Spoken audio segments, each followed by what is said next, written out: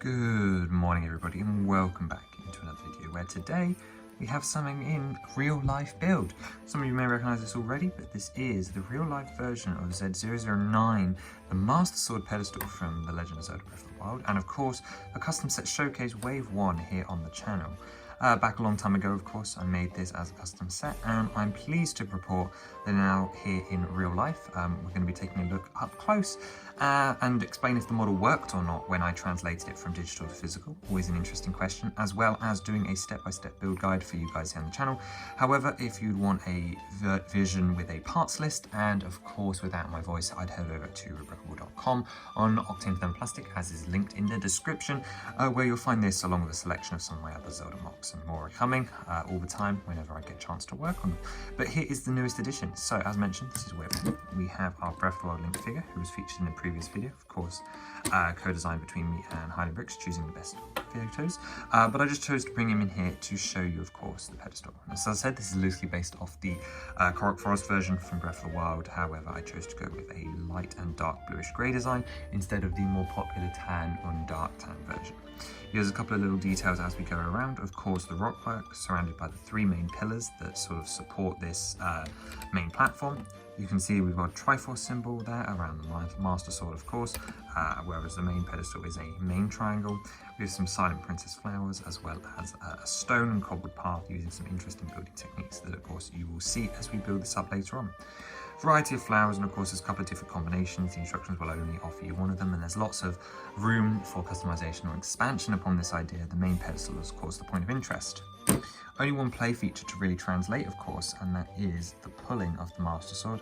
It's just the main broadsword piece, sits nicely in there. You can see barely any damage, and that is just sat inside using a specific technique, which of course you will see as we build it later on. So of course we can bring in our Link figure, and we can have him pull the sword. So let's just quickly set that up. See some of the features that you can have with this. Now this set obviously originally actually came with a Zelda figure, the Breath of the Wild one from her praying dress, from when she actually seals the sword in the Breath of the Wild story. However, this variation is when it is pulled. You can see Link in his champion's tunic, raising the sword skyward. That will work a little bit better the other way around with our hand. You can do that classic skyward sword pose. Of course, the Master Sword isn't always found in the Korok Forest, it is in the earlier games. However, this is of course an iconic location from Breath of the Wild, therefore deserves to be represented. And to be honest, I'm really pleased with how it turned out.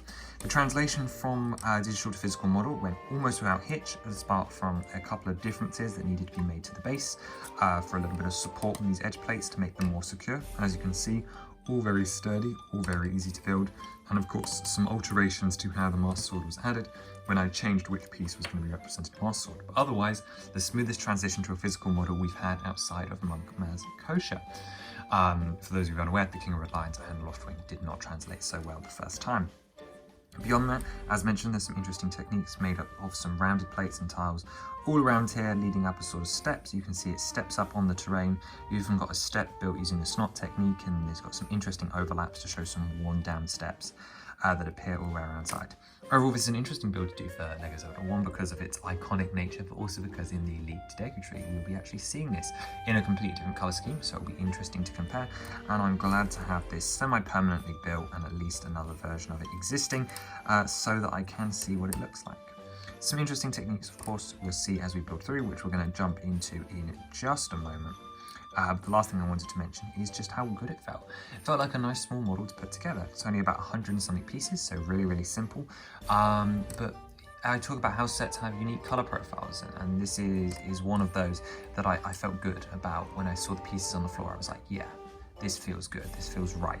And that's something I don't always feel with these models. So I'm going to go ahead and start the build process, so you will see this all in its parts. Let's go. Okay, so let's get started. First of all, the base starts off with an 8x16 plate, preferably in green. However, a lot of this bottom layer, if you use the instructions on rebrickable, you'll be able to, which are available for free, I should clarify, will you'll be able to work out that a lot of this could be substituted for other colours should you require or want to. Next up, we're going to be adding, of course, a 2x6 green plate. He says like it's obvious that that's what we'd be adding, and we're going to add it in the center here, offset by 1 studs. I'm not going to animate all of the instructions perfectly for you guys, instead just showing you the build and the parts being added, because the instructions are again available for free on rebrickable. Next up, it's 2 of these rounded plates on either side, creating a lot of the curves which this base sits on. It's more of a free-form mock. Spinning it round, we're going to be working on the next layer now, which involves a 1x6 green plate in the center here, as well as 2 4x4s off to either side, like so. And then in some of the gaps here, we're going to be adding 2 1x3s. As I said, parts inventory available on rebrickable, so that you don't have to keep track of what I'm doing perfectly. Starting with 2 1x6 plates, which are going to sit just below the rest over here.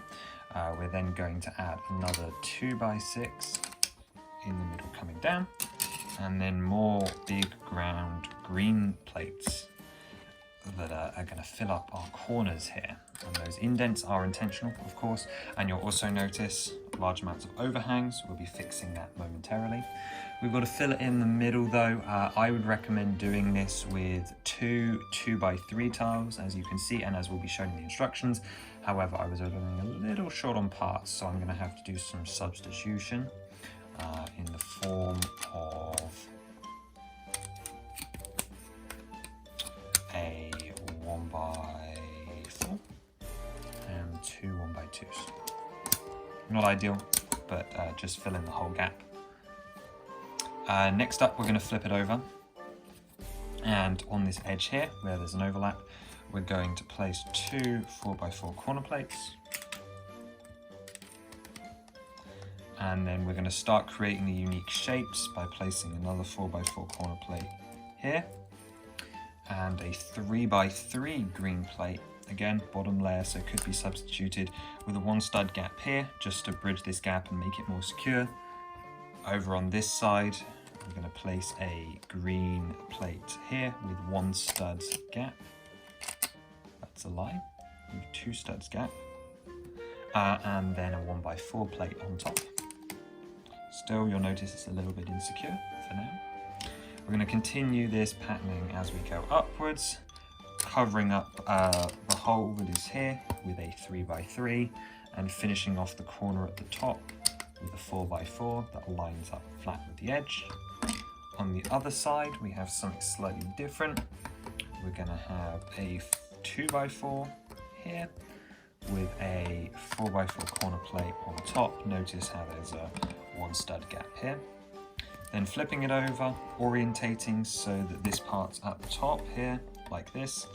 We're going to add some of our 6x2 curved plates, which are a little on the rarer side, so feel free to substitute these out. I did the first time I built this model. We're going to add one here on the edge so it's nice and even, as well as a corner plate in the gap there. On the other side, we're adding yet another one of the 2x6 plates. I'm going to add that there, leaving a 1 stud gap. For our next piece, again, we're going to turn it back over. Again, this shape here at the bottom. For the last 2 of the 2x6s, these are going to secure everything in. So we're going to put one in here, butting up against everything just beneath it. That's where the 2 green studs come in. One of them here, level with the 1x4 like so. Still a little wobbly. And then over on this side, we're going to place this piece here. Last one of that in the set, just there. Turning it back around, we've got one more layer to finish off that starts off with a 6x4, which is going to be placed 1 stud from the bottom. And then 2 more corners, this time with an offset of 1, which will help to secure some of those edges. I know, as if you've been building along, you're probably all worrying about. Next up, we're going to continue this layer by continuing to fill in the gaps. That's going to start with 2 jumper plates in the middle. Notice how I've still got a gap. I'm going to quickly use some filler brick to fill that in. If you follow the instructions, you won't have to do this, but I've just got to quickly add some filler in there. And then 2 1x6s all the way along the sides. Now, the last special piece for this layer that we need to add is over here on this drop down, and this is for support. Once again, the second of the 2 green studs that I mentioned earlier on this stud here, just before the edge of the 2x6 plate. That will allow us to come on over and place 2 more corner plates, as well as a 4x6 plate to round out this layer. Nice and simple. Now remember, if you use sensible colours or follow the instructions, you won't have this giant yellow hole, but as you can see, it won't make any difference to my finished model. Now we're going to turn it around so that our actual front, or what will be our front, is facing the front. I'm going to put down our base, make sure everything's nicely pressed down, and I'm going to grab some snot bricks because we are going to build the stairs. So, 2 1x4s and a 1x2. We're actually going to place these onto the build. It makes things a little easier this way. And these are going to be placed with 1 gap row here. So, not that one, there. You can see 1 gap. And then we're going to place the other 2 either side of it. It's finished building up this layer. So if I flip it around, that 1 stud gap we left, we're going to fill up with a 1x6. Now you should see that's nice and centered on our 2 plates here. We're then going to start grabbing the dark bluish grey slopes, and we're going to add one of these corner ones here in orientation like this, just ever so downwards from the studded row. Same on the other side. This would be when you'd add the holdall mechanism for the sword. Then we're going to add 2 more of these sloped pieces, the inverted slopes as I call them, even though they're not technically inverted. And we're adding those again either side. We're going to be building up a rough triangular shape, of course, so with the 2 corners pointing outwards and then flushed up against this. And then we can place a 1x4 grey brick here on top of our yellow piece or green piece, depending on how you're building. Next up, 2 more of our slope pieces, again coming inwards step by step. And that's a 1x2 brick coming down to fill in our gap for us to give some nice support to the layer below. At the top of our triangle, we've got a special thing to do. So we're going to add another one of those inverted slope pieces here. And then we've actually got to extend it out just by 2 more studs, make it a little bit bigger and ruin the triangle shape. So we're going to add 2 more of those slopes down together before we finish tiling it off. So let us add the last 2 slopes. Again, as I mentioned, 2 more of these corners. And these ones are coming up at the top and they're sitting in the corners. Remember, obviously facing upwards and outwards, facing upwards and outwards. Let's put the top layer on. So for this, we're going to be grabbing a load of different wedge plates as well as normal grey plates, starting with these 2x2 cut corners. These 2 are going at the very top or the widest point of our triangle, obviously with the wedge facing in the direction of our slope. We also need 2 2x3 plates either side of them, a 1x2 plate at the very top, and a 1x2 plate with rail, very important, non-substitutable, to go right there. The next part, of course, to cover up the rest, we're going to take 2 of these wedge plates, 3x3, and make up most of the triangle using them. We're going to place another 2x3 right here on the bottom, a 1x2 plate, and then another 1x2 plate with rail, again non-substitutable, to give you that small gap that's very necessary for this model. We're going to tile it off next. I'm going to bring over my tiles. We've got a 1x8 for the top, as well as 2 1x1 tiles for either side, leaving 1 stud in each corner. We have 2 2x2 tiles to be placed at, just below the edge of the 1x8, like so, and like so. We have another 2 1x1s for these 2 studs here in the corner, as well as 3 jumper plates, 1 to go here, 1 to go here, and 1 to go here. we have 2 corner 2x2s to go here and here. And then a lot of these triangular ones, I believe 7 or 9 in total, to fill up our gaps and actually form the new triangle. This piece was new when I first designed this custom almost 3 years ago. In fact, over 3 years ago now. So I said, filling up the gaps, 4 triangles like so. 2 more at the peak. Get us a complete triangle. A dark greyish blue, a dark bluish grey 1x2 jumper here at the very top. And then we can move on to the decoration. But first, let's start the decoration using the steps. We're going to add a 1x4 plate here. And this is deliberately being offset, so 1 stud here, and then another gap, and then another stud. So you should have 2 studs on the right, then 1x2, or 1 stud gap, 1x4, and 1 stud gap. We're then going to be using these wedges. This is a white right wedge if you slope it up, and that's going to go on here, sloping into that gap like that. We're going to have an unwedge cut slope, so completely flat, going this way, as well as a 1x1 light bluish grey cheese slope, which is also going to curve in like so for one of our step pieces. For the other step piece, we need a second right facing dark bluish grey wedge, which is going to fill in the gap here by sitting on that stud sideways.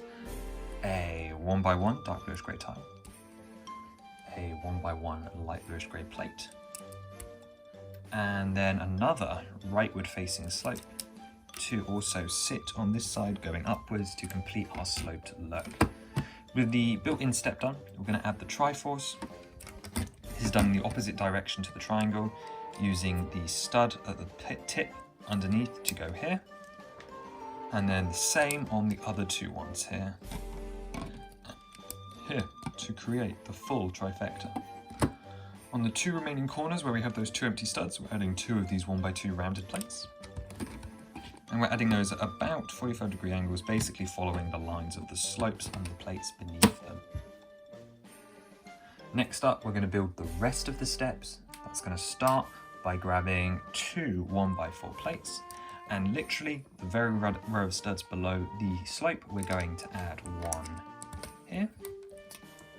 And then after a 2 stud gap, we're going to add another one, followed by a 1x1 round quarter tile here on that plate there. We're going to add another one of those on the first stud of the 1x4 plate, followed by a dark bluish one pointing the other way, and then yet another light bluish grey one, once again in the same orientation as the other 2. To finish off this step, once again another rightward facing wedge slope. That is 1 step done. Over to the next one, we're going to add a leftward facing light bluish grey wedge slope. Notice how there's only dark bluish grey ones in the right slopes and the left ones are all light bluish grey. A 1x2 tile. And then the last rightward facing wedge slope to fill in the final gap. Our next step is done. We need a 2x2 dark bluish grey tile to sit right between the 2 steps, followed by a dark bluish grey quarter tile and a light bluish grey quarter tile on the other side, sat either side of the square. We're working on that last bit of step work now, so it's 2 more dark bluish grey quarter tiles either side to create this oval, followed by a series of 2 steps on the next step down, 1 light bluish grey circular tile in 2x2, and a dark bluish grey one with a stud in the centre for us to put a 1x1 in the top of to create some more uneven pebbling. In the middle down below, we have a dark bluish grey 2x2, either side of which we're going to place 2 more light bluish grey 1x1s at either side to create more of that patterning. We have a dark bluish grey 1x1 up here, and a light bluish grey one up here, and another dark bluish grey one down on this side here, creating all of our patterning. We're almost there now. We now have to make the sort of side pillars. I'm going to build one of them on camera and then bring in the other 2. So we bring in the parts for this model. So to start with, we're going to build a core that revolves around these 1x1 bricks with studs on all 4 sides. We're going to add 2 1x1 plates to the top. This core will be largely invisible, so any colours will do, as I said. 2 1x1 plates to the top, followed by another 1x1 brick with studs on all 4 sides. We're then going to build 4 of this sub-assembly for each one of these pillars. It's going to consist of a 1x2 plate, a 1x2 slope, also in dark bluish grey, and then a light bluish grey sort of dome-shaped plate here, or rounded plate. And those just stick on the side like so. We're going to build 3 more of those. As mentioned, 1x2 plate with slope, 1x2 plate with slope, 1x2 plate with slope, and then the half circle plate. For some of these I had to colour swap to dark bluish grey. It doesn't really matter too much. I'd say that the main colour should be dark bluish grey for consistency. However, the accent colour of light bluish grey can be used as frequently or infrequently as you want, such as for the final step, which involves one of these spiky 1x1 slopes, to click right on the top to create this shape. And as mentioned, you need 3 of them. These 3 are then going to be attached onto our main model, obviously on the 3 remaining studs, one of which here on the 1x2 jumper, then the other 2 on the outward facing studs of the diagonal. They'll be a little bit loose, but as long as you put them on carefully, they should hold more than fine for display and play purposes. Can't line this one up. Oh dear. Lesson learned, don't do things in the air. There we go. Attached nice and firmly, all stood upright. The last step, of course, will become the foliage to make this actually look like the Korok forest. We'll start with the unflowered plants. I'm going to have to bring this in pretty close to show you. We're going to add one of these 5 flower stems or 3 flower stems, whichever one you have, along with an unflowered stem inside it on this stud here.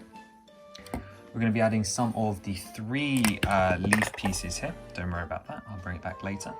I'm going to add that one here. We're going to add this leaf up here, just at the top. Also going to add one on the right hand side facing into this gap here. And then one last one in between the 4 studs down here at the bottom. Let's bring that one back in. Next time to build some flowers, and obviously this should be nice and simple, but just in case I'll build one as an example. Take the green plate here on the bottom, insert a 3 flower stem, and then for my Silent Princess design I chose to put a light blue flower on top of a white flower to sort of represent the 2-tonal nature of the colours. You'll see actually a combination of these in different orientations, in different amounts, some all blue, some white and blue, and some unfoliaged on the different plants on this model. But here is the fully flowered example. And there are 4 of these in the set, all identical, just depending on how you want to foliage them. Let me just add the bases to the rest of them. So that will give us 2 flowers, 3 flowers, 4 flowers. Let's add them to the model. Again, unique positionings for all of them. We'll put our fully fledged flower at the front, nice and prominent, on this stud here. 2 away there. We shall put an unflourished one here, next to that flower, as well as another one at the very top here, just to the right of this sticky out part here. And then the last one will go in the top left, above here. However, if you want more images, of course, check out the instructions on rebrickable. Lastly, the last step to do is insert the master sword. That is done between the 2 grill plates here. It doesn't go too far in, so don't squeeze too far if you don't want to damage your sword element. But if I look over the top and line it up, you shall see it stands there on its own first try. Then you can add a link of your choice. This one's very angry. And that completes the tutorial section. I hope you enjoyed looking at this model today. It's always great to see a legacy piece from the custom set showcase come into real life, and I look forward to doing more of these in the future. Please remember to check out the instructions for free. You can use them at your leisure on rebrickable, and of course there's a part list ready to be used to collect the parts that you need. While you're off website, check out the other instructions we have over there, such as the Bokoblin Battle Pack and Lock Mass Kosher, and as promised, more will be following in the rest of this year. I know it's a little more delayed than planned. Stay tuned next week, of course, as we move into, well, the future. More custom sets, more Zelda-related Lego stuff, and just everything else here on the channel. Thank you very much for watching, and have a wonderful rest of your day. Bye-bye.